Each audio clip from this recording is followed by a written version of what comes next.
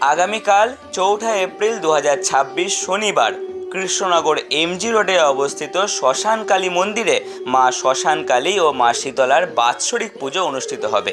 সেই উপলক্ষে মাতৃদয়ে মূর্তি অঙ্গরাগ করা হয়েছে। এবছরে অঙ্গরাগের পর মায়েদেরকে আপনারা এখন দর্শন করছেন।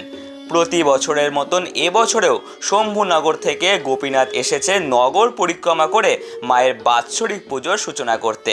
শোনা যায় এই অঞ্চলেই একসময় শ্মশান ছিল।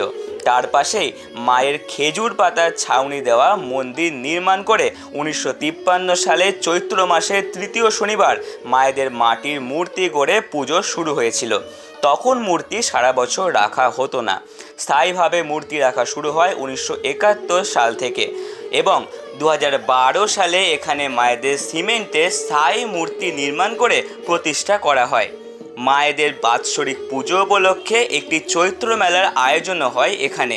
জয় মা। ভিডিওটি কেমন লাগলো অবশ্যই জানাবেন। ধন্যবাদ।